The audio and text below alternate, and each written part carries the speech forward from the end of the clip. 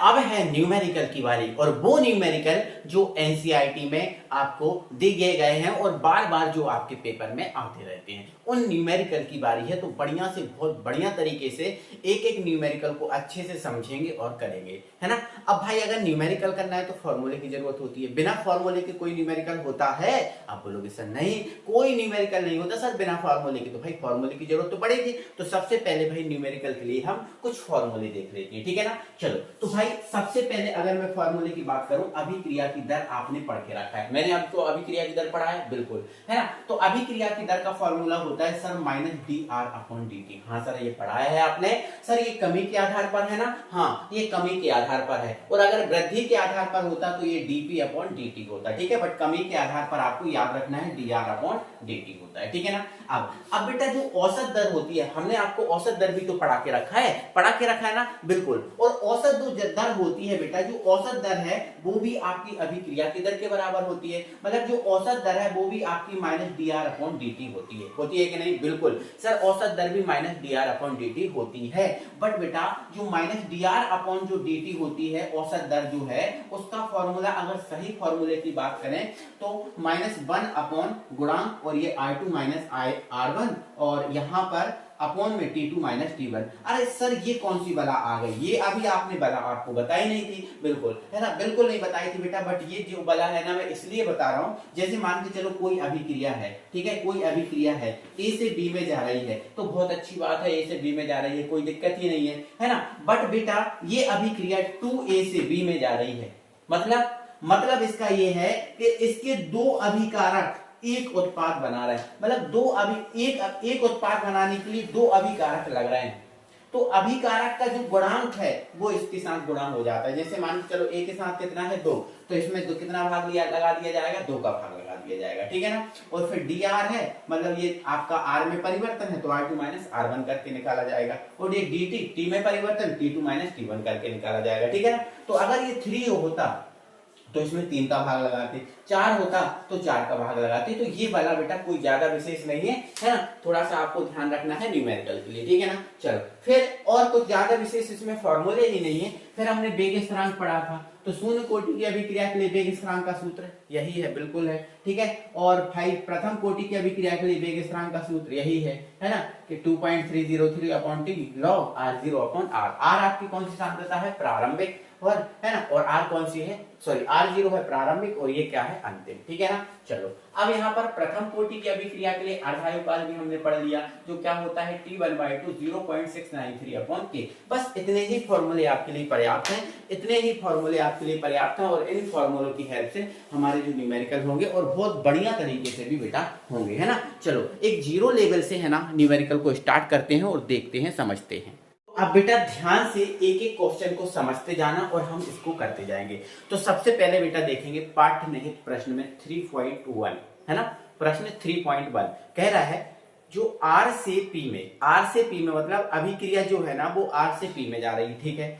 अभिक्रिया के लिए अभिकारक की सांद्रता, मतलब जो अभिक्रिया R से P में जा रही है, मतलब रिएक्टेंट से प्रोडक्ट में हो रही है, इसके लिए जो सांद्रता है वो 0.03 मोल, है ना। मोलल मतलब मोल पर लीटर, m का मतलब क्या है? मोलल मतलब मोल पर लीटर, से 25 मिनट में परिवर्तित होकर 0.02 मोलल हो जाती है। औसत वेग की गणना सेकंड तथा मिनट दोनों इकाइयों में करो। बहुत बढ़िया, मतलब हमें औसत वेग की गणना करना है और सेकंड तथा मिनट दोनों इकाइयों में इसकी हमें गणना करना है। कोई दिक्कत कोई परेशानी नहीं है हमें, है ना, आराम से हम कर लेंगे, ठीक है ना। क्वेश्चन आपने ध्यान से पढ़ लिया। देखो आपको दो सांद्रताएं दी है, पहली सांद्रता आपको 0.03 दी है और दूसरी सांद्रता आपको दी है 0.02, है ना। समय आपको दिया है 25 मिनट, है ना। अब मैं यहाँ पर पहले क्वेश्चन को तो जमा दे रहा हूँ, बाकी क्वेश्चन को मैं करूंगा डायरेक्ट, है ना। तो सबसे पहले आप लिख लेना बढ़िया से हल, ठीक है ना। चलो अब हल लिख दिया, और हल में क्या लिखोगे? दिया है, ठीक है ना। हल में तो क्या लिखना पड़ता है? दिया है, ठीक है। तो दिया है तो R1 कितना दिया है? तो R1 मतलब पहली सांद्रता, और पहली सांद्रता आपको दी है बेटा 0.03 मोल, ठीक है। चलो अब दूसरी औसत वेग की गणना सेकंड और मिनट दोनों इकाइयों में करना है, ठीक है ना। चलो अब यहाँ पर दूसरी सांद्रता मतलब R2 आपको दे के रखा है बेटा 0.02 मोल, मोलर मतलब मोल पर लीटर, है ना। चलो अब यहाँ जो टी है वो आपको दिया है बेटा, कितना दिया है, 25 मिनट दिया है, ठीक है ना, 25 मिनट दिया है, ठीक है। चलो ये दिया है 25 मिनट, ठीक है। चलो अब यहाँ जो अभिक्रिया है, यहाँ पर देखो, यहाँ लिख देता हूं, तथा अभिक्रिया, तथा अभिक्रिया, है ना, आर से कहां जा रही है, पी में जा रही है, ठीक है। देखो एक अभिकारक है और एक उत्पाद है, एक अभिकारक है और एक उत्पाद है, क्लियर है बात, एक अभिकारक है और एक उत्पाद है, ठीक है ना। चलो अब हम क्या निकालते हैं बेटा, इसकी औसत दर निकालते हैं, ठीक है ना, औसत दर ही पूछा है, तो औसत दर, तो औसत दर का सूत्र क्या है बेटा, कमी के आधार पे ही लगेगा, हमेशा कमी के आधार पे लगेगा, तो क्या होता है बेटा, minus D R upon D T होता है, D R upon D T होता है, बोलो होता है कि नहीं, आप बोलोगे हाँ सर होता है। अब D R upon D T, देखो यहां पर देखो मैंने एक फॉर्मूला आपको ये लिखवाया था कि minus D R upon D T बराबर माइनस गुणांक, गुणांक, ठीक है, और ये R2 माइनस R1 और ये आपका T2 माइनस T1, ये वाला लिखवाया था, है ना। अब यहाँ जो आप मुझे बताओ गुणांक कितना है, एक है, तो यहाँ एक रखेंगे, कोई मीन्स निकलेगा, कोई मतलब निकलेगा, आप बोलोगे सर कोई मतलब नहीं निकलेगा, तो यहाँ एक बटे गुणांक का कोई मतलब नहीं है, ठीक है। अब कोई मतलब नहीं है तो minus R2 minus R1 upon T2 minus T1 हो जाएगा, बिल्कुल सर सही बात है, बिल्कुल सर सही बात है, कोई परेशानी और फिलहाल में हमें कोई दिक्कत भी नहीं है, ठीक है ना। चलो अब आ जाओ बेटा, थोड़ा सा ध्यान से यहाँ पर मेरी बात को समझोगे, ठीक है ना। चलो अब यहाँ पर बेटा ये हमने क्या लगा दिया, माइनस, अब इसकी जगह I2 माइनस R1 लग सकते हैं, बिल्कुल। I2 का मान कितना है, आप बोलोगे सर 0.02 है, बिल्कुल है, ठीक है। अच्छा सर R1 का मान कितना है, तो सर R1 का मान 0.03 है, तो ये 0.03 है, ठीक है। चलो अपॉन T2 माइनस T1, मतलब समय जो है ना वो आपको 25, T2 माइनस जो T1 है इसकी पूरे की वैल्यू आपको 25 ही दे के रखी है, तो ये आपका 25 देगा। कोई दिक्कत है, आप बोलोगे सर नहीं अभी तक तो हमें कोई दिक्कत नहीं है, बस अब अभी तक आपको कोई दिक्कत नहीं है तो आगे आपको दिक्कत भी नहीं जाएगी। तो फिर आगे हमें क्या करना है, तो बेटा हमें आगे कुछ नहीं करना है, देखो ये आपका D R upon D T चल रहा है, चलने दो, है ना, ये मतलब ये औसत दर है ना, चल रहा है, चलने दो, ठीक है। अब भाई इसमें से देखो बड़ा ये है, तो इसमें से जब इसको घटाएंगे तो ये हमारे पास बचेगा, है ना, ये हमारे पास बचेगा माइनस का 0.1, ठीक है ना, एक सेकेंड, माइनस 0.01 बचेगा, ठीक है। जब इसमें से ये बड़ा है तो बड़े में छोटे घटाएंगे, तो इसमें से इसको घटाया तो माइनस का 0.01 बचा, और अपॉन में क्या है 25 है, बिल्कुल सर कोई दिक्कत नहीं है। चलो अब आ जाओ बेटा इधर, ठीक है ना, इधर आ जाओ, तो ये हमारा बराबर में क्या चल रहा है, आप बोलोगे सर ये औसत दर चल रहा है, क्या चल रहा है, औसत दर चल रहा है, ठीक है। तो ये माइनस और ये माइनस क्या हो गया सर, प्लस हो गया, और ये हमारे पास 0.01 बचा है, और अपॉन में कितना है सर, ये 25 है। बहुत बढ़िया सर, बहुत बढ़िया सर, यहाँ तक हमें इतनी सी भी दिक्कत नहीं आई सर, अभी तक तो हमें सर इतनी सी भी दिक्कत नहीं आई, तो बेटा आएगी भी नहीं, है ना, क्यों आएगी, आपको दिक्कत नहीं आनी चाहिए, ठीक है ना। चलो आ जाओ, है ना, अब ये पॉइंट हटा देंगे, बिल्कुल हटा दिया, ये आपका 0 बढ़ गया, 2 0 बढ़ गए ना। चलो अब इधर देखो, अब भैया एक में हमें 2500 से भाग लगाना है, एक में भैया हमें कितने से भाग लगाना है, आप बोलोगे सर 2500 से भाग लगाना है, कितने से भाग लगाना है, 2500 से भाग लगाना है, क्या जाएगा भाग, आप बोलोगे सर नहीं, इसमें भाग तो नहीं जाएगा, इसमें भाग तो नहीं जाएगा। अब भाग नहीं जाएगा तो देखो मैं यहाँ पर दे के देखता हूँ बेटा, है ना, एक में आपका 2500 से भाग नहीं जाएगा, ठीक है सर, ये आपका 0 पॉइंट है ना, पॉइंट लगाया, 0 बढ़ाया, क्या अब जा रहा है भाग, नहीं सर नहीं जा रहा भाग, बिल्कुल सर अभी तो नहीं जा रहा सर भाग, ठीक है ना, नहीं जा रहा। अब यहाँ 0 बढ़ाओ, यहाँ 0 बढ़ाओ, अब जा रहा है भाग, अब बोलोगे सर अब भी नहीं जा रहा भाग, ठीक है, तो यहाँ 0 बढ़ाओ, यहाँ 0 बढ़ाओ, अब बाहर जा रहा है भाग, आप बोलोगे सर अब भी नहीं जा रहा, ठीक है, तो फिर यहाँ 0 बढ़ाओ, फिर से एक 0 यहाँ बढ़ाओ, अब जा रहा भाग, बिल्कुल जाएगा, ये 2500 है और ये इकाई भाई सैकड़ा हजार 10,000 है ना, ये आपके 10,000 हो गए, ठीक है ना, ये 2500 मतलब ये 2500 है और ये आपके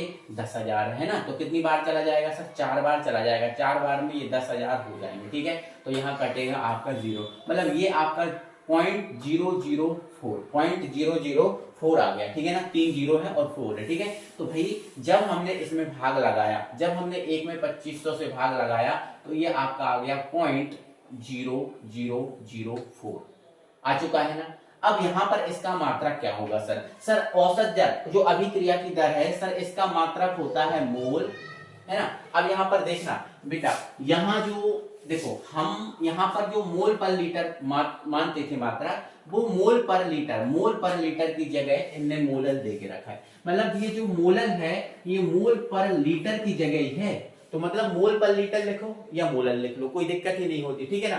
तो यहाँ पर अगर मोल पर लीटर ना लिखें हम, है ना, तो क्या लिखेंगे भैया, तो इसका देखो वैसे एक मिनट मेरी बात समझना, हमारा मात्रा क्या होता है, मोल, है ना, लीटर इनवर्स, सेकंड इनवर्स। बोलो अभी क्रिया की दर का मात्रक होता है ना, आप बोलोगे हाँ सर होता है, लेकिन मोल लीटर इनवर्स की जगह कैपिटल एम दिया है, तो इसकी जगह जब हम कैपिटल एम रखेंगे और ये आपका सेकंड इनवर्स होगा, तो मात्रक आपका मोलल सेकंड इनवर्स आएगा। आप बोलोगे हाँ सर, बहुत बढ़िया तरीके से समझाया, बिल्कुल मैंने आपको बहुत अच्छे समझाया। लेकिन यहाँ पर देखो समय काय में है, मिनट में है, समय काय में है बेटा, मिनट में है। तो बेटा जब समय मिनट में है तो इसका जो मात्रक हो आएगा वो आपका मोलर मिनट इनवर्स आएगा, मोलर मिनट इनवर्स, है ना। तो मोल पर लीटर, मोल लीटर इनवर्स की जगह अपन ने ये रख दिया और ये मिनट इनवर्स है ना। देखो है ना, एक मिनट समझ लो फिर से, मोल लीटर इनवर्स और सेकंड इनवर्स होता है हमारा, लेकिन इसकी जगह हमने रख दिया मोलर, और ये जो सेकंड में नहीं ये मिनट में है, इसलिए सेकंड इनवर्स नहीं मिनट इनवर्स रहेगा। क्या रहेगा, मिनट इनवर्स रहेगा। क्लियर है बात, क्योंकि यहाँ मिनट है तो यहाँ भी मिनट इनवर्स है, तो सेकंड की जगह मिनट इनवर्स। क्लियर है बात। चलो तो ये तो आपका मिनट इनवर्स में आ गया आंसर। किस में आ गया बेटा आंसर, मिनट इनवर्स में आ गया आंसर। इतना आपको क्लियर है, हाँ सर इतना क्लियर है। अगर अब इस मिनट इनवर्स को भी, अगर हमें इस मिनट इनवर्स को भी, इस जो मिनट, या फिर देखो बेटा इसका ऐसा भी लिख सकते हो, है ना, एक सेकंड मेरी बात सुनना, एक सेकंड मेरी बात सुनना। अगर इसका पॉइंट हटाऊंगा तो ये 4 बचेगा और नीचे कितने जीरो आएंगे, 1 2 3 4, है ना। तो 10 की घात कितना आएगा, 4, और 10 की घात जब ऊपर जाएगा 4, तो 4 इंटू 10 की घात माइनस 4, 10 की घात minus 4 minute, no molar minute inverse, ऐसा बोल सकते हैं, ठीक है ना। तो ये ऐसा भी कर सकते हो, आंसर आपका ये भी आ सकता है, ठीक है ना बेटा। चलो अब मेरे भाई यहाँ पर मेरी बात सुनो ध्यान से। अभी तो ये इसमें आया, मिनट में आया, लेकिन उनने हमसे ये बोला है कि इसका आंसर तुम ना सेकंड इनवर्स में ही बताओ। देखो मिनट इनवर्स का तो बोला ही था, उनने सेकंड इनवर्स का ही बोला था, तो सेकंड इनवर्स में ही बताओ। तो जब हम इस मिनट इनवर्स को सेकंड इनवर्स में बदलेंगे बेटा, तो इसमें 60 का फिर भाग लगाना पड़ेगा, क्योंकि जब मिनट को सेकंड में बदलना है तो 60 से भाग लगाना पड़ेगा। तो जो हमारे पास आंसर आया है 4 इंटू 10 टू दी पावर -4, अगर फिर से इसमें 60 का भाग लगा देंगे तो ये सेकंड में बदल जाएगा। किस में बदल जाएगा, सेकंड में। तो जैसे ही हमने 60 का भाग लगाया तो अभी सेकंड में बदल गया, है ना। तो यहाँ पर इसको काटना स्टार्ट कर सकते हैं, है ना। तो आप काटो इसको, ठीक है। तो देखो ये आपका जीरो ऊपर ले जाओ, ये जीरो आप ऊपर ले जाए, बिल्कुल ले जा सकते हो, ठीक है। तो ले जाओ, ठीक है। इस जीरो को जब ऊपर ले जाएंगे तो ये आपका 4 बटे कितना आएगा, 6, है ना, 4 बटे 6। या फिर एक काम करो बेटा, 4 में पूरा 60 का ही भाग लगाओ, है ना। चलो मैं यहाँ लगाता हूँ, ये 4 है, इसमें पूरे का 60 का ही भाग लगा देना, ठीक है ना।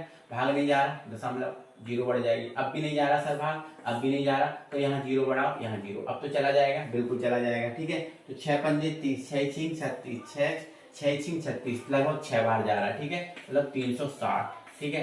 फिर ये 400 आ गया, ठीक है। फिर ये 400 आ गया, नहीं हाँ 40 बचा था ना, 40 बचा था, एक जीरो फ्री मिल जाएगी, 400 हो गया। फिर से ये 6 बार जाएगा कि नहीं, मतलब ये हमारा हो जाएगा 0.066 इंटू 10 टू दी पावर -4 हो जाएगा ना। ये अब जो आंसर आया है वो आपका सेकंड में होगा, लेकिन हमारा जो वैज्ञानिक संकेतन कहता है कि जो पॉइंट है वो आपका नॉन जीरो अंक के बाद होना चाहिए, मतलब ये जो दशमलव है वो यहाँ होना चाहिए। तो जब दशमलव यहाँ होगा, जब दशमलव को हम इधर लेके आएंगे तो 10 का गुणा 10 का भाग करना पड़ेगा।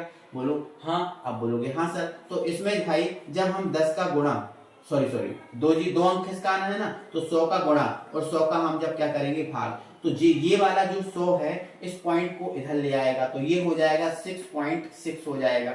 और ये वाला 100 इसमें जब भाग लगेगा तो ये ऊपर जाएगा, तो ये हो जाएगा 10 की घात -6, है ना। तो ये आंसर आएगा मोलर सेकंड इनवर्स। ये दोनों आंसर आपके आ गए, ये दोनों आंसर आपके आ गए। मुझे उम्मीद है मेरे डियर साथियों को ये वाली बात समझ में आई होगी एंड बहुत अच्छे से समझ में आई भी गई होगी, ठीक है।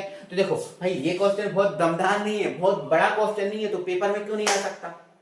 बिल्कुल आ सकता है, क्योंकि बहुत बड़ा क्वेश्चन है ही नहीं है, ठीक है। तो पेपर में बिल्कुल आ सकता है, कोई दिक्कत नहीं होगी, कोई परेशानी नहीं होगी, ठीक है। चलो बढ़ते हैं अगले क्वेश्चन पर। देख, इसका जो 3.2 है वो कह रहे हैं 2a से उत्पाद, मतलब 2a से एक उत्पाद बन रहा है, मतलब 2a से उत्पाद बन रहा है, मतलब जब इसमें हल करेंगे तो इसकी जो अभिक्रिया लिखेंगे वो अभिक्रिया क्या होगी, 2a से क्या बन रहा है, उत्पाद। मतलब एक उत्पाद बन रहा है, देखो यहां कुछ नहीं लगा, मतलब एक उत्पाद बनाने के लिए दो अभिकारक लग रहे हैं। एक उत्पाद बनाने के लिए कितने अभिकारक लग रहे हैं, दो, ठीक है। ये अभिक्रिया हो गई है ना। अब यहां पर ए की सांद्रता 10 मिनट में, ए की जो अभिकारक ए है हमारे पास, इसकी सांद्रता 10 मिनट में मतलब 0.5 से घटकर 0.4 मोल लीटर इनवर्स रह जाती है, ठीक है। देखो दो सांद्रताएं दी हैं, तो दो सांद्रताएं दी हैं तो जो आपका औसत वेग ही निकलेगा, या औसत दर या औसत वेग ही निकलेगा। जब भी आपको दो सांद्रताएं देता है, औसत वेग या औसत दर ही निकलता है। क्वेश्चन लिखा आ रहा हो, इस समय अंतराल के लिए अभिक्रिया का वेग करो, ठीक है ना। बढ़िया, कोई दिक्कत नहीं है, औसत वेग ही आएगा, ठीक है ना। औसत वेग, तो औसत वेग का सूत्र क्या होता है सर, आप बोलोगे सर देखो यहाँ पर सांद्रता ए है, देखो यहाँ सांद्रता ए है, देखो अभी आपको पहले वाले क्वेश्चन में आर से पी में जा रहा है, मतलब सांद्रता आर थी, यहाँ पर सांद्रता ए है, तो यहाँ पर आप dA/dt लिख सकते हो, कोई दिक्कत नहीं, ठीक है ना। चलो, लेकिन जो dA और dt है, वो किसके बराबर होता है, तो आप बोलोगे सर माइनस गुणांक, ठीक है। और ये आपका I2 माइनस R1 है ना, और T2 माइनस T1 ये होता है ना, बोलो होता है कि नहीं, आप बोलोगे हाँ सर ये होता है। या फिर बेटा मैं इसको यहीं ऐड कर दे रहा हूँ, देखो यहाँ पर R लिख रहा हूँ, यहाँ पर A है, तो यहाँ पर A2 माइनस A1 हो जाएगा ना, ये A2 माइनस A1 हो जाएगा ना बेटा, क्योंकि यहाँ R होता तो I2 माइनस R1 करते, अब A है तो A2 माइनस A1 कर सकते हो, कोई दिक्कत नहीं है, ठीक है। तो यहाँ औसत वेग है तो -1, गुणांक कितना है, तो गुणांक कितना है, देखो अभिकारक का गुणांक देखना है, अभिकारक का गुणांक कितना है, 2, तो ये रख दिए 2 है ना। अब A2 माइनस A1 मतलब दूसरी सांद्रता, यहाँ पर मैंने दिया है करके नहीं लिखा, दूसरी सांद्रता कितनी है, आप बोलोगे सर 0.4 है, ठीक है। और पहली सांद्रता कितनी है, तो आप बोलोगे सर 0.5 है। और समय T2 माइनस T1 टोटल समय कितना दिया है, 10 मिनट दिया है, तो ये 10 मिनट हो गई, ठीक है। सॉल्व कर लो, ठीक है। ये औसत दर चल रहा है ना, औसत वेग चल रहा है ना, तो ये औसत वेग बराबर ये -1/2, ठीक है। इसमें से इसको घटा दोगे तो बड़े में से छोटा घटेगा, तो माइनस का 0.1 बचेगा, और ये आपका 10, ठीक है। तो माइनस माइनस प्लस हो गया, और ये 0.1 और 10 दूनी कितना हो गया, 20, पॉइंट हटा दो 0, ठीक है।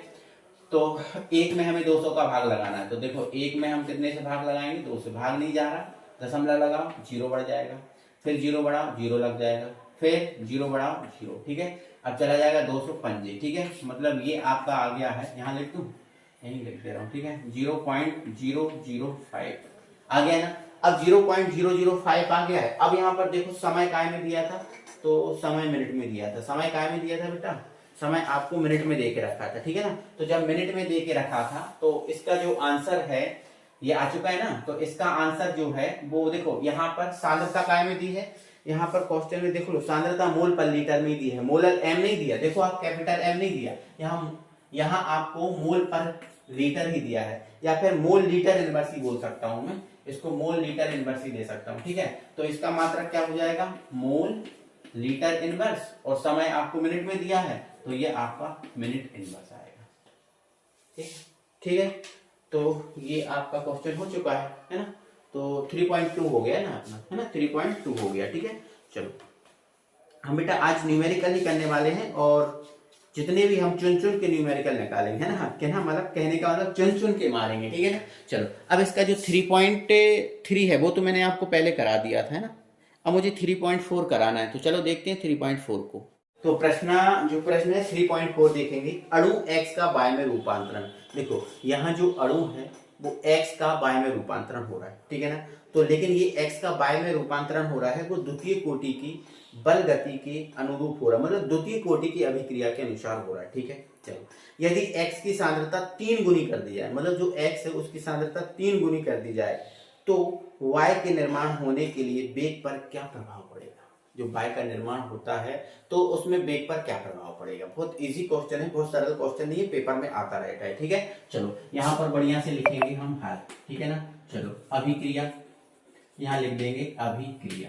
ठीक है ना, अभिक्रिया, अभिक्रिया क्या है? x है ना, x से काय में जा रही है? y में। ठीक है ना, तो यहाँ लिख देना ब्रैकेट में द्वितीय कोटि के अनुसार, द्वितीय कोटि के अनुसार, मतलब द्वितीय कोटि के अभिक्रिया के अनुसार जा रही है ना, तो द्वितीय कोटि के अनुसार ऐसा मान लेना। ठीक है ना, तो अभिक्रिया हमारी ये है, x से y में जा रही है द्वितीय कोटि के अनुसार। ठीक है, चलो तो इसका अगर हम वेग निकालें, क्या निकालें बेटा? वेग, है ना, तो इसका जो वेग है वो आपका क्या जाएगा? वेग मतलब वही है आपका dr/dt बराबर k, है ना, और जो है ना सांद्रता, जो भी अभिकारक की सांद्रता होती है ना, उसको रखते हैं जैसे x है सांद्रता, और ये द्वितीय कोटि के अनुसार जा रहा है तो घात 2 लग जाएगी। ठीक है ना, तो इसका जो वेग है, मतलब वेग की जगह dr/dt लिख सकते हो, कोई दिक्कत नहीं है, लेकिन मैं अकेला वेग लिख रहा हूँ। ठीक है ना, चाहो तो वेग को रेट भी बोलते हैं तो इसको r बोल सकते हो। ठीक है, तो यहाँ जो वेग है वो r है, और ये द्वितीय कोटि के अनुसार हो रहा है तो इसका जो वेग समीकरण बनेगा वो k,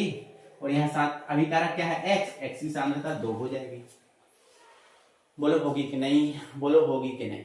जल्दी बोलो, होगी कि नहीं? बिल्कुल होगी, है ना, क्योंकि जब अभिक्रिया x से y में जा रही है द्वितीय कोटि के अनुसार, तो इसका जो वेग व्यंजक बनेगा वो r के x² नहीं बनेगा? बिल्कुल बनेगा, है ना। लेकिन आगे इनने बोला है यदि x की सांद्रता 3 गुनी कर दी जाए, अगर जो x है इसकी सांद्रता कितनी गुनी कर दी जाए? 3 गुनी कर दी जाए। ठीक है, तो y के निर्माण होने के वेग पर क्या प्रभाव पड़ेगा? ठीक है ना, तो यहाँ पर एक कंडीशन लिखना, 3 गुनी कर रहा है ना, तो यहाँ पर लिखो यदि x की सांद्रता 3 गुनी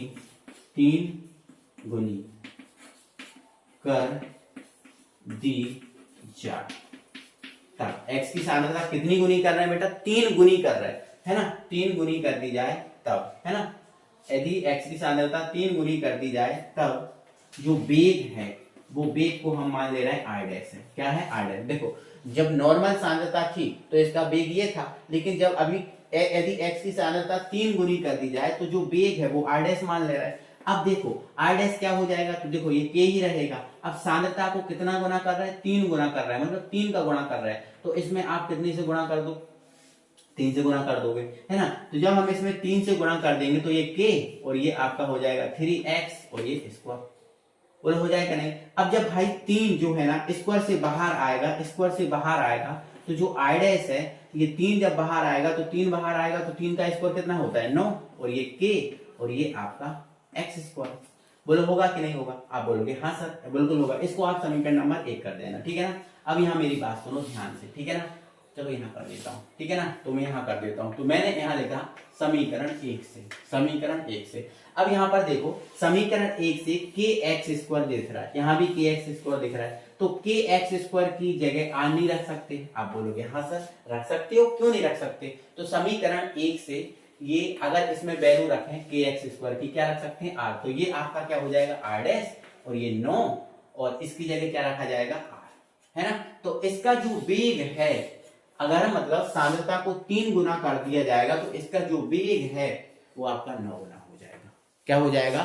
9 गुना हो जाएगा। तो अंत में आप इस तरह ये लाइन लिख देना, y के निर्माण होने के लिए वेग पर क्या प्रभाव पड़ेगा। ठीक है, तो यहां लिख देना अतः y का निर्माण होने में वेग 9 गुना हो जाएगा। ठीक है ना बेटा, पूरे फॉर्मूले जो सूत्र हैं वो आपको याद रखना है बहुत अच्छे तरीके से। ठीक है, तो यहाँ पर हमारे 3 न्यूमेरिकल होगा। ये बात आपको समझ गई? मतलब ऐसे अगर क्वेश्चन आए तो इसको हैंडल कर लेना है ना, 3 गुना 4 गुना 5 गुना, है ना, तो ये तो अपन क्वेश्चन कर ही लेंगे हैंडल, कोई दिक्कत नहीं है ना। चलो बाकी अपन देखते जा रहे हैं, जितने भी क्वेश्चन होंगे अपन को सभी को लगाना है, है ना, ऐसा थोड़ी है ना। ठीक है, तो 3.4 हो चुका है अपना।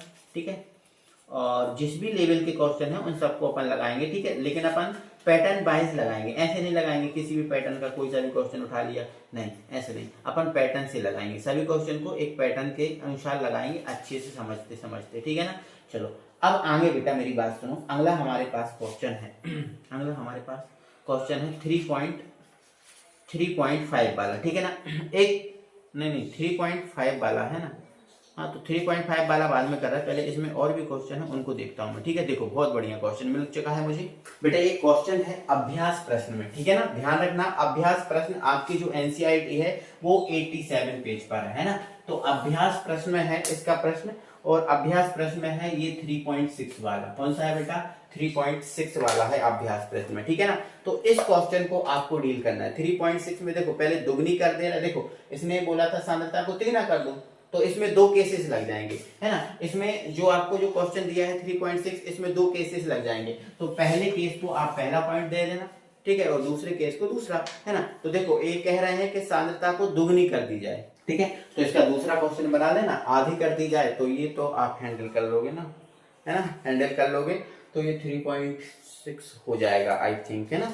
आई थिंक ये 3.6 आपसे बन जाएगा, ठीक है ना। तो एकदम हम अपन एकदम ऐसे नहीं करेंगे, लेवल से करेंगे, एकदम बढ़िया से तरीके से ना, सभी क्वेश्चन को हैंडल करते जाएंगे धीरे धीरे, और एक एक चीज को समझते जाएंगे, अभी तक अपने जितने भी हो गए हैं उसके हिसाब से, ठीक है ना।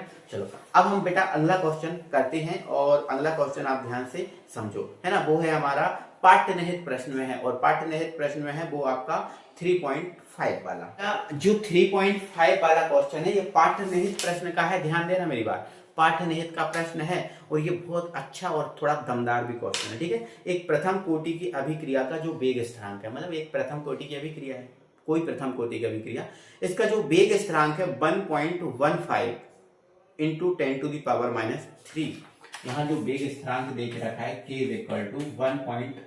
1.15 इंटू 10⁻³ और ये सेकंड इनवर्स में देकर रखा है, ठीक है ना। चलो अब इस अभिक्रिया में, मतलब जो प्रथम कोटि की अभिक्रिया है, इस अभिक्रिया में अभिकारक की 5 ग्राम मात्रा को घटकर 3 ग्राम होने में कितना समय लगेगा। मतलब आपको जो प्रारंभिक मात्रा दी है R0 वो आपको 5 ग्राम दे के रखी है, और जो अंतिम मात्रा दी है R वो आपको 3 ग्राम दे के रखी है, ठीक है। तो आपसे समय पूछा है, आपसे t पूछा है ना।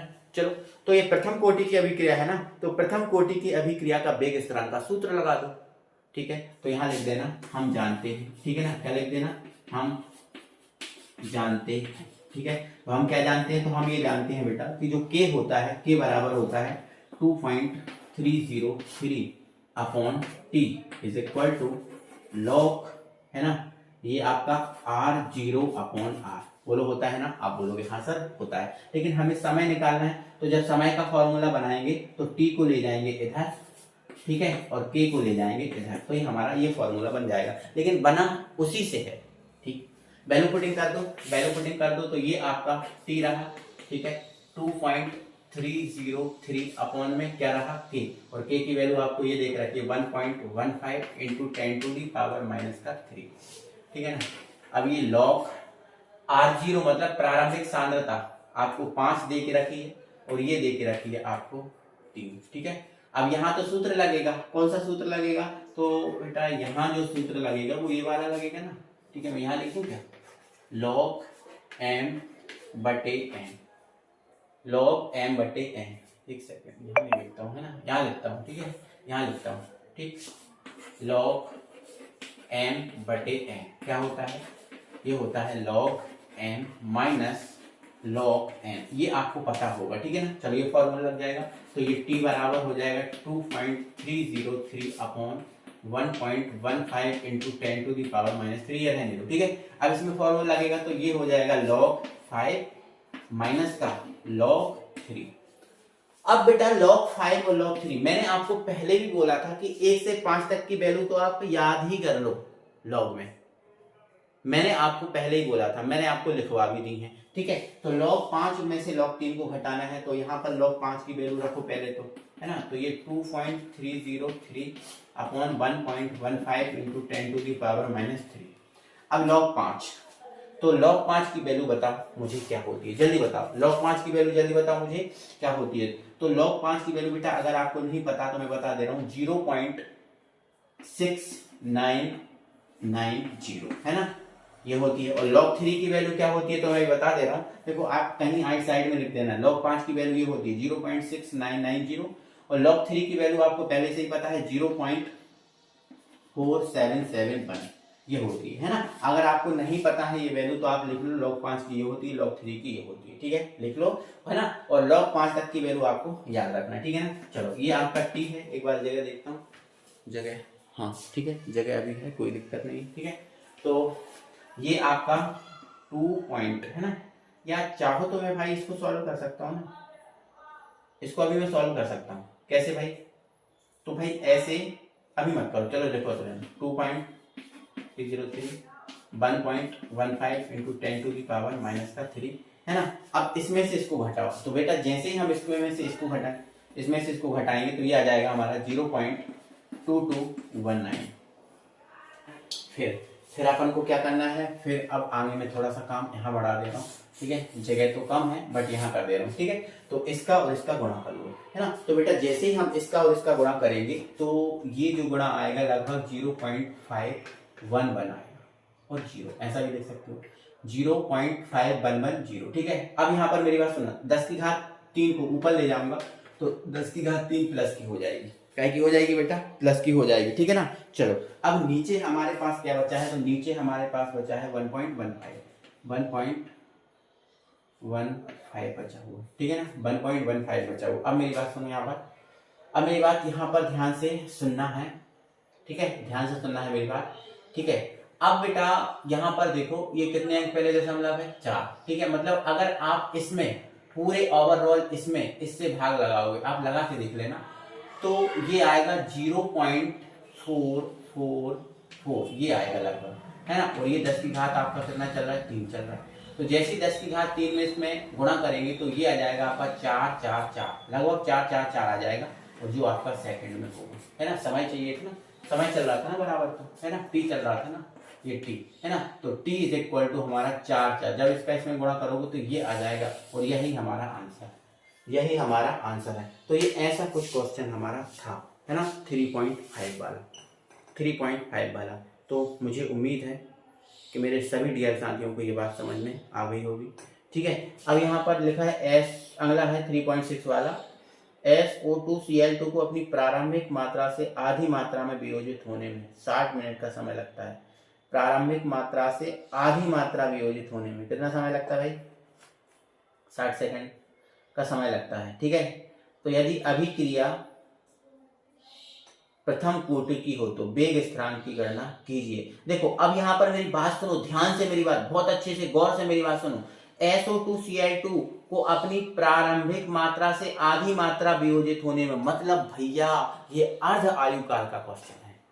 देखो प्रारंभिक मात्रा की आधी किसमें बचती है, आप बोलोगे सर अर्धायु काल में बचती है, तो मतलब ये अर्ध आयु काल का क्वेश्चन है ना। तो प्रारंभिक मात्रा से आधी मात्रा वियोजित होने में 60 मिनट का समय लगता है, मतलब आपको समय 60 मिनट दिया, ठीक है ना। यदि अभिक्रिया प्रथम कोटि की हो तो वेग स्थिरांक की गणना कीजिए। तो ये तो कितना सिंपल सा क्वेश्चन है यार, कितना सिंपल सा क्वेश्चन है ना। चलो इसको मैं करता हूँ, पहले इसको हटा देता हूँ, ठीक है, एक बार स्क्रीनशॉट लेना, ले लो आप, ठीक है। चलो इसको हटा देता हूँ, बहुत इजी क्वेश्चन है यार ये तो, है ना। देखो आप 3.6 वाला क्वेश्चन देखो आप, बहुत बढ़िया तरीके से, ठीक है। 3.6 वाला, अब यहाँ पर बात पकड़ने वाली है, पकड़ने वाली बात इतनी सी है कि अपनी प्रारंभिक मात्रा से आधी मात्रा वियोजित होने में 60 मिनट का समय लगता है, मतलब ये अर्ध आयु काल का है, ठीक है। मतलब इस क्वेश्चन में जो आपको टी है वो आपको 60 मिनट दे के रखा है बेटा, 60 मिनट दे के रखा है, और आपसे k इज इक्वल टू पूछा है। अभिक्रिया कौन सी कोटि की है, आप बोलोगे प्रथम कोटि की, ठीक है। तो यहां लिख देना हम जानते हैं प्रथम कोटि के लिए, हम जानते हैं प्रथम कोटि के लिए अर्ध आयु काल। बोलो मैंने नहीं बताया क्या, बोलो नहीं बताया क्या, आप बोलोगे हाँ सर बताया है ना। तो प्रथम कोटि की अभिक्रिया के लिए जो अर्ध आयु काल होता है वो होता है, नहीं भाई देखो आधी मात्रा में वियोजित में 60 मिनट लगते हैं, मतलब ये T 1/2 की वैल्यू है बेटा, है ना, मुझसे भी गलती हो गई थी। ये किसकी वैल्यू है, t1/2 की वैल्यू है ना। आधी मात्रा में वियोजित होने में 60 मतलब ये 60 मिनट का समय लगता, मतलब ये अर्ध आयु काल है। ये मुझसे भी गलती हो गई है ना, आधी मात्रा मतलब अर्ध आयु काल, तो ये अर्ध आयु काल है ना। तो क्या पूछा है, तो t1/2 का सूत्र क्या होता है 0.693 अपॉन में क्या होता है k होता है, बट हमें k तो निकालना है, तो k फॉर्मूला बनाएंगे तो t1/2 इधर जाएगा, मतलब ये आपका बन जाएगा k बराबर 0.693 अपॉन में t1/2। ठीक है, तो ये k ये आपका 0.693 और t1/2 की वैल्यू कितनी लेकर रखिए 60, ये रखिए 60। बस अब क्या करना है, अब तो बस हमें इसको काटना ही पीटना है ना, काटना ही पीटना है, तो बस काट दो, है ना। तो जैसे ही हम 0.693 जो है ना इसमें 60 से भाग लगाएंगे, है ना, तो 60 से भाग लगा ही दूं ना, है ना। चलो यहाँ लगाता हूँ 0.693 अपॉन में कितना है 60, 60 से भाग लगा दो, है ना। पॉइंट को मत मानो कि अभी पॉइंट है, पॉइंट को भूल जाओ, पॉइंट को भूल जाओ कि अभी पॉइंट है, पॉइंट चलो भूल गए, है ना। वैसे ध्यान रखना कि 3 अंक पहले है, तो 69 में जाएगा, तो 69 एकम 69, ठीक है। चलो यहाँ पर नहीं नहीं नहीं नहीं 60 एकम 60 है ना, 60 एकम 60, 9 बचा, यहाँ 93 हो गया, फिर एक बार जाएगा, तो ये 60 और ये आपका बचा 33, बोलो बचा ना 33, 60 3 90 3 33 ही बचा, ठीक है ना, 33 ही बचा, है ना, 0, ठीक है। तो अब लगभग कितनी बार जाएगा, तो अब ये लगभग जाएगा 5 बार, ठीक है। तो ये आपका 300 हो जाएगा, तो ये आपका 30 बचा, ठीक है ना, कितना बचा 30 बचा, 0 मिल जाएगा 300, तो लगभग ये 5 बार जाएगा, मतलब ये आपका आ जाएगा, ठीक है ना। बेटा इतने अंक लेने की आपको जरूरत भी नहीं है, जरूरत भी नहीं है इतने अंक लेने की, आप चलो 11 तक रहने दो, ठीक है। मतलब आपका जो एक बार गया ना इधर तक, है ना, इधर तक ही रहने दो, चाहो तो आप इसको आगे बढ़ाने की जरूरत ही नहीं, ठीक है ना।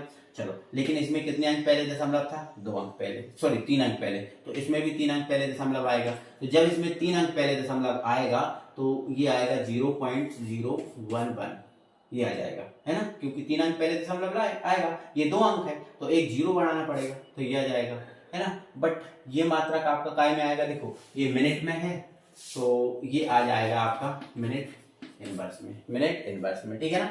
और अगर आपको इसको सेकंड इनवर्स में लेके आना है, तो बस इसमें 60 का भाग लगा देना, है ना, 0.11 है, इसमें 60 का भाग लगा देना, तो जैसे ही आप इसमें 60 का भाग लगाओगे तो ये आपका 1.9 के आसपास आ जाएगा कुछ, ठीक है ना। तो वो आप देख लेना अपने हिसाब से, बाकी कोई जरूरत नहीं है ना। मिनट में आपका है, यहाँ मिनट था तो आपने यहाँ मिनट इनवर्स में दे दिया, खत्म करो, है ना, इससे आगे नहीं बढ़ना, ठीक है। तो ये अपना 3.6 भी हो गया है। बाकी अभी कंप्लीट एक्सरसाइज तो नहीं हुई है हमारी, है ना, इसके न्यूमेरिकल कंप्लीट तो नहीं हुए, बाकी कुछ हद तक तो हो चुके हैं, है ना। बट हम धीरे धीरे आगे बढ़ेंगे और बाकी सब भी करेंगे, ठीक है, और भी करते हैं। चलो बढ़ाते हैं तो वीडियो को आगे।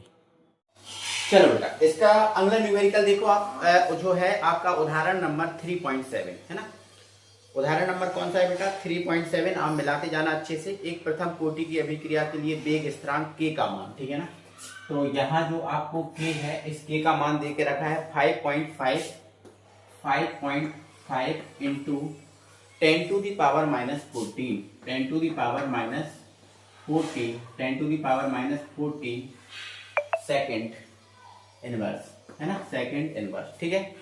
तो इस अभिक्रिया के लिए अर्ध आयु की गणना कीजिए, मतलब अर्ध आयु काल निकालना है, मतलब t1/2 is equal to question mark, ठीक है ना।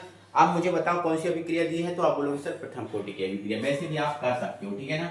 चलो यहाँ लिख देना हम जानते हैं, ठीक है ना, हम जानते हैं। अब बताओ प्रथम कोटि की अभिक्रिया के लिए जो t1/2 है वो क्या होता है, तो आप बोलोगे 0.693 अपॉन में क्या होता है, k होता है। बहुत बढ़िया बेटा, बहुत बढ़िया, ठीक है ना। चलो अब यहाँ 0.693, देखो बहुत इजी है। देखो प्रथम कोटि की अभिक्रिया है, के आपको दे के रखा है, अर्ध आयु काल निकालना है, तो प्रथम कोटि की अभिक्रिया के लिए अर्ध आयु काल ये नहीं होता क्या, आप बोलो होता है ना। बस के की वैल्यू जो थी वो मैंने रख दूंगा, ठीक है ना। तो के का मान कितना था 5.5 into 10 to the power minus का 14, ओके ना बेटा, ठीक है, कोई दिक्कत ही नहीं है। अब यहाँ पर मेरी बात सुनो ध्यान से, ठीक है। चाहो तो आप क्या कर सकते हो बेटा, ये जो पॉइंट है इसका पॉइंट हटाओ, हटा दो, चलो इसका पॉइंट मैंने क्या कर दिया, हटा दिया, ठीक है। चलो इसका पॉइंट हटाऊंगा तो नीचे कितने जीरो जाएंगे, आप बोलोगे सर 3 जीरो जाएंगे, कितने जीरो जाएंगे, 3 जीरो जाएंगे। तो एक जीरो से एक जीरो तो वैसे भी कट गया, एक जीरो से एक जीरो तो वैसे भी कट गया ना, कट गया कि नहीं कटा, हाँ ठीक है, एक जीरो से एक जीरो वैसे भी कंप्लीटली कट चुका है, ठीक है ना। चलो अब यहाँ ध्यान से सुनो मेरी बात, यहाँ पर 2 जीरो एक्स्ट्रा है और यहाँ पर कितना है, ये 14 है ना बेटा, ये कितना है 14, तो ये 14 है। तो 14 में से 2 जीरो जाएंगे तो कितना बचेगा 12। अब ये 12 ऊपर चला जाएगा तो मैं यहाँ कर देता हूँ। देखो ये हमारे पास बचा है t1/2 इज इक्वल टू 693 और ये आपके पास 55 बचा हुआ है ना, 55 बचा ना। अब ये देखो 14 है और ये 2 जीरो, 14 में से 2 जीरो घट जाएंगे, कितनी बचेंगे -12 और -12 ऊपर जाएंगे तो ये +12, ठीक है ना। चलो अब यहाँ पे 55 से हम उड़ाएंगे तो देखो 6 9 3 और यहाँ पर हमारे पास क्या है 55, 55 से काटेंगे तो 55 एकम 55 आ जाएगा, ठीक है ना। अब यहाँ कितने बच जाएंगे, 9 में से 5 जाएंगे 4 बचेंगे और यहाँ 6 में से 5 जाएंगे 1 बचेगा, ठीक है ना। 14 में जाएगा नहीं तो ये 3 उतार दो, है ना। तो 55 दूनी 110, 2 बार जाएगा, कितनी बार जाएगा, 2 बार ही जाएगा ना बेटा, हाँ 2 बार से ज्यादा नहीं जा सकता। तो 55 दूनी 110, ठीक है। ये कितना बचा आपका 33 बचा है ना। अब दशमलव लगा के यहाँ क्या जाएगा 0, है ना। तो अब ये कितनी बार जाएगा, तो अब लगभग ये 6 बार जाएगा, है ना। तो 6 पंजे 30 की 0, 6 पंजे 30 और 3 33, बहुत बढ़िया। देखो 6 ही बार गया, 6 से ज्यादा बार नहीं गया, है ना। तो ये आपका आ चुका है 12.6, ठीक है। तो ये आपका t1/2 इज इक्वल टू आ चुका है, जब इसमें भाग लगाया तो 12.6 और ये 10 की घात 12, ठीक है। अब लेकिन ये आंसर हमारा वैज्ञानिक संकेतन के अनुसार नहीं है। अच्छा सर क्यों नहीं है वैज्ञानिक संकेतन के अनुसार, तो वैज्ञानिक संकेतन कहता है कि एक अंक पहले दशमलव होना चाहिए, एक अंक बाद रहना चाहिए, ठीक है। तो दशमलव को हमें यहाँ खिसकाना है तो हमें 10 से क्या करना पड़ेगा, इसमें गुणा करना पड़ेगा कि नहीं। अब जब देखो दशमलव को हमें कहाँ खिसकाना बेटा, हमें दशमलव को यहाँ खिसकाना है, कहाँ यहाँ, तो गुणा नहीं करना चाहिए, हमें भाग देना चाहिए। किससे भाग देना चाहिए, 10 से, है ना। देखो क्योंकि आगे खिसकाना है ना, पीछे खिसकाना होता तो पीछे 0 करते, अगर हमें पॉइंट को इधर लेके आना पड़ता इधर साइड तो 10 का गुणा करते, लेकिन हमें एक अंक आगे ले जाना है तो 10 से भाग। तो ये वाला जो 10 से भाग दिया जाएगा तो ये तो पॉइंट को इधर खिसका देगा, तो ये बचेगा 1.26 और ये वाला 10 इसके साथ गुणा हो जाएगा तो 10 की घात कितना आ जाएगा 13, 10 की घात कितना आ जाएगा 13 आ जाएगा। बोलो आएगा कि नहीं, आप बोलोगे हाँ सर, बहुत बढ़िया। तो ये आपका सेकंड, ठीक है। तो ये t1/2 आ चुका है, ठीक है ना। मुझे उम्मीद है मेरे सभी डियर साथियों को बहुत बढ़िया तरीके से ये बात समझ में भी आ गई होगी, दिक्कत भी नहीं होगी और परेशानी भी नहीं होगी। चलो है ना, चलो अगला न्यूमेरिकल करते हैं और अगले न्यूमेरिकल को बात करते हैं, देखते हैं। अगला न्यूमेरिकल डाल दो बेटा, महा इंपॉर्टेंट न्यूमेरिकल है, बहुत इंपॉर्टेंट है, ठीक है। बोला है दर्शाइए 3.8 वाला है, दर्शाइए कि प्रथम कोटि की अभिक्रिया में 99.9% अभिक्रिया पूर्ण होने में लगा समय अर्ध आयु काल का दुगना है। यहाँ पर बात क्वेश्चन को समझने की है। दर्शाइए कि प्रथम कोटि की अभिक्रिया में 99.9% अभिक्रिया पूर्ण होने में, मतलब एक प्रथम कोटि की अभिक्रिया है, उस अभिक्रिया के 99.9 अभिक्रिया पूर्ण होने में जो समय लगेगा, 99.9 अभिक्रिया पूर्ण होने में जो समय लगेगा वो अर्ध आयु काल का 10 गुना है। ये हमें प्रूव करना है, ठीक है। ये हमें क्या करना है बेटा, प्रूव करना है। तो यहाँ पर जो है ना, पहले इसको सॉल्व करते हैं, ठीक है ना। पहले इसको क्या करते हैं, सॉल्व। तो यहाँ पर लिख देंगे बढ़िया से हम हल और यहाँ लिख देंगे हम दिया है, ठीक है ना। क्या है, दिया है, ठीक है। और दिया है में हमें क्या दिया है, आपको सांद्रण में परिवर्तन दिया है। दिया है में हमें क्या दिया है, हमें बस सांद्रण में परिवर्तन दिया है, मतलब हमें ये बोला है कि 99.9% अभिक्रिया पूर्ण होने में जो समय लगा वो अर्ध आयु काल का 10 गुना है, बस इतना दिया है। तो यहाँ पर एक चीज मान लेना, माना, यहाँ लिख देना माना सांद्रता, माना सांद्रता, ऐसा लिख देना माना सांद्रता x बराबर आपको कितना दे के रखा है बेटा, 99.9%,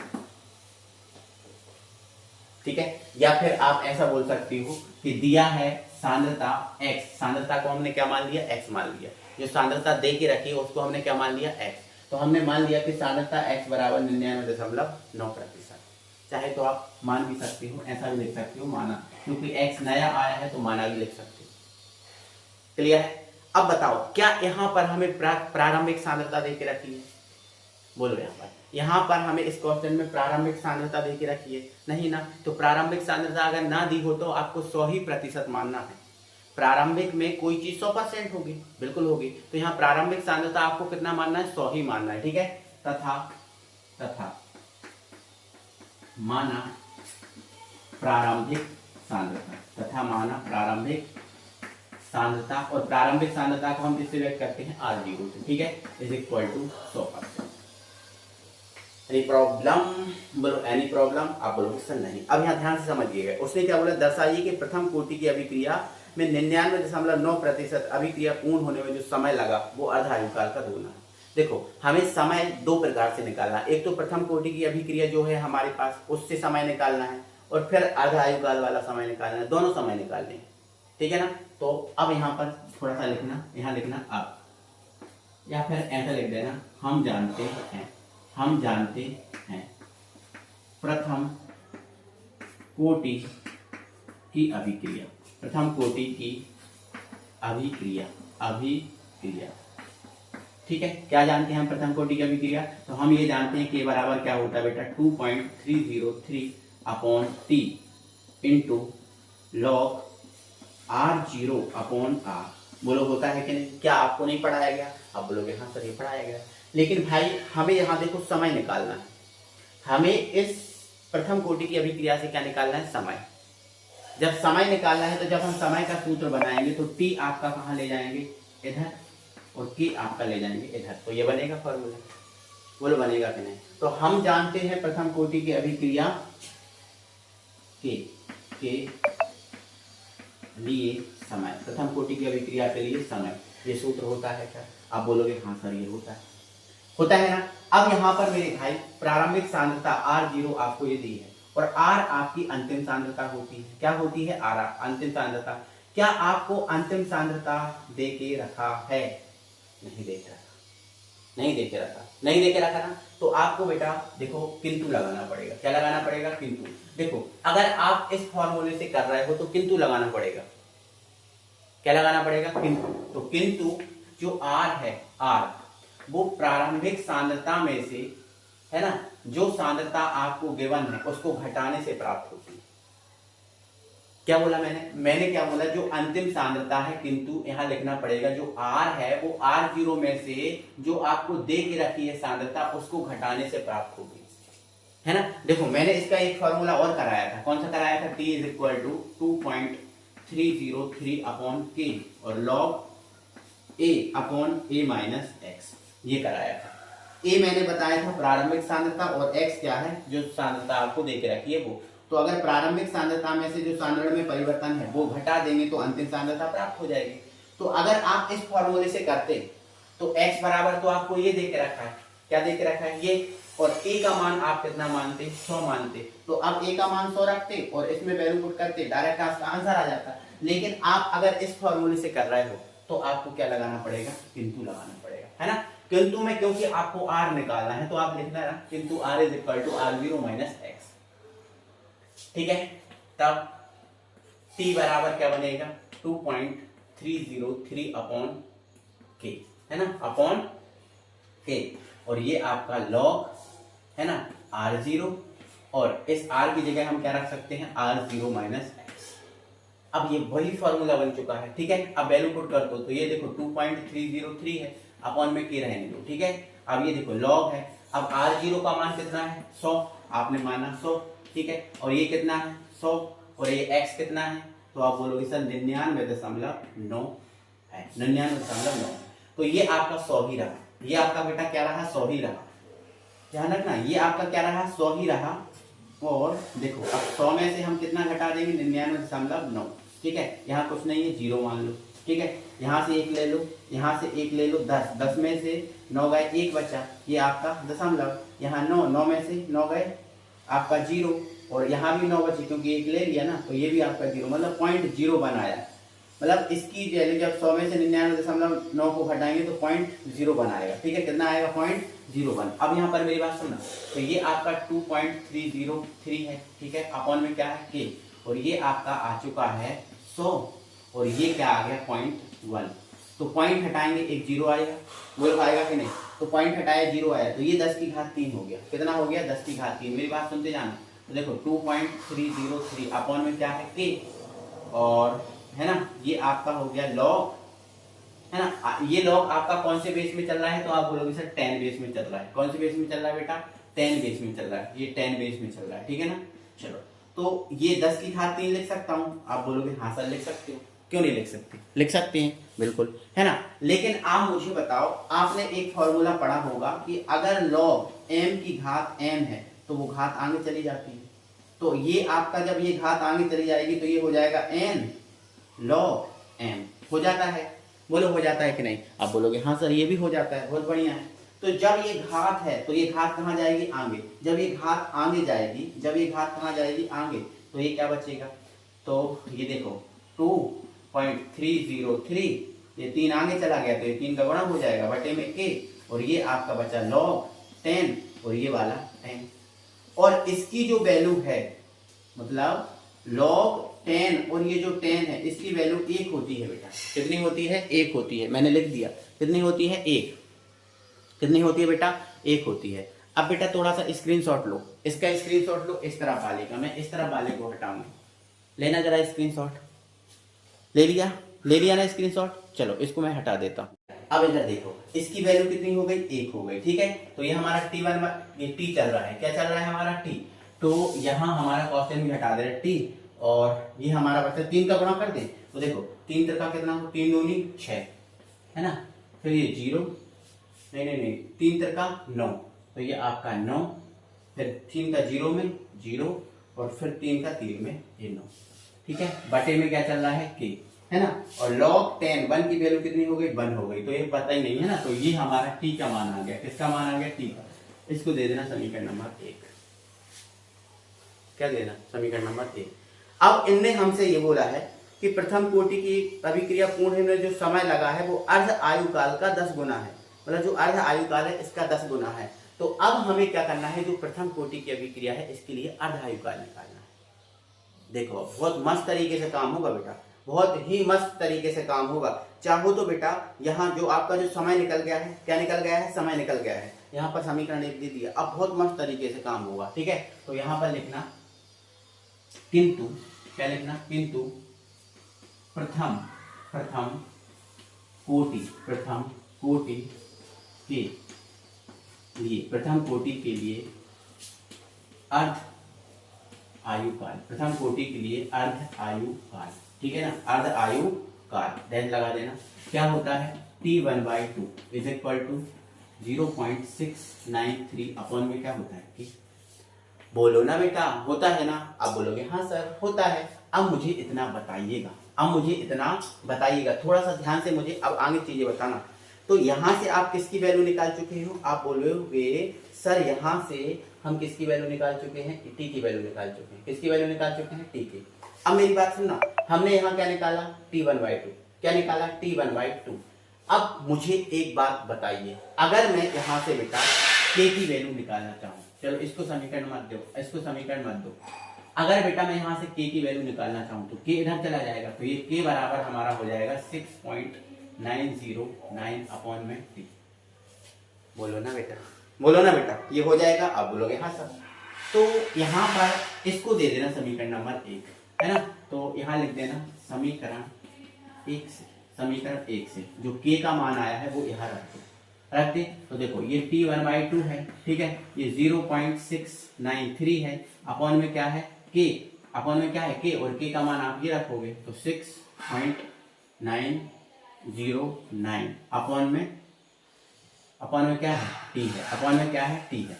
अब एक बात सुनना, पहला दूसरा तीसरा, पहला दूसरा तीसरा, एक बात सुनना, पहला दूसरा तीसरा, तो तीसरा वाला कहाँ चला जाता है, ऊपर।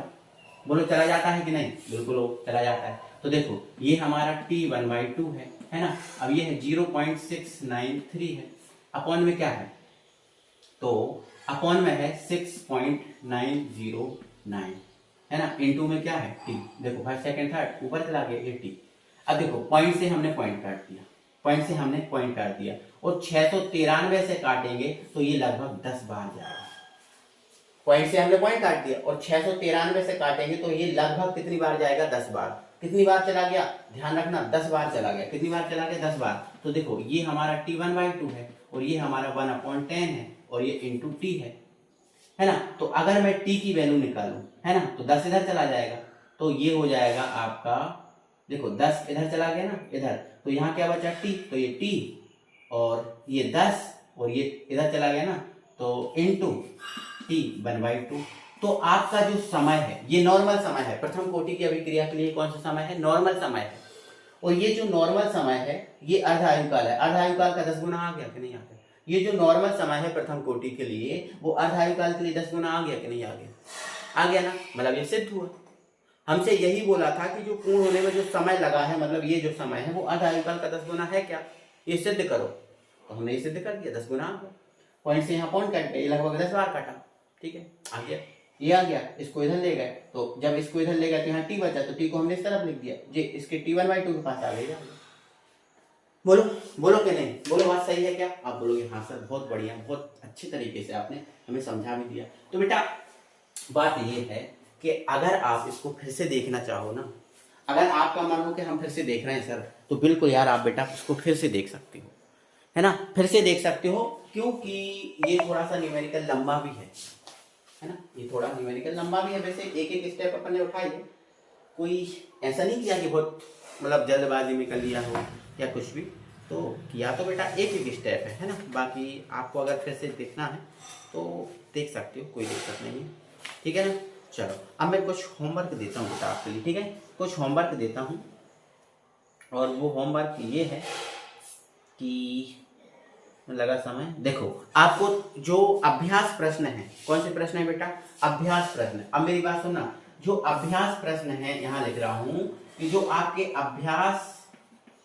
अभ्यास प्रश्न है, अभ्यास प्रश्न में पेज नंबर 89 पे जाना, किस पे जाना, 89 पे जाना। और 89 में जो अभ्यास प्रश्न में आपको 3.18 3.18 और 3.19 ये दो क्वेश्चन आपको करने हैं, है ना, जो मैंने कराए इसी पैटर्न पे है, ठीक है। तो बस न्यूमेरिकल आपके लिए पर्याप्त है इतने, है ना। अब हम आरेखीय समीकरण करेंगे, और अगर उससे न्यूमेरिकल कुछ मुझे लगा कि हाँ कराना है तो मैं कराऊंगा। बाकी मैंने बहुत न्यूमेरिकल करा दिए, बहुत अच्छे न्यूमेरिकल करा दिए, और मैं भाई गारंटी दे रहा हूँ ये जो मैंने न्यूमेरिकल कराए हैं इनमें से पेपर में न्यूमेरिकल आएंगे, ठीक है। तो जरूर से एक बार वीडियो को लाइक करो, शेयर करो। मिलेंगे अगली वीडियो के साथ, तब तक के लिए बाय बाय, जय हिंद।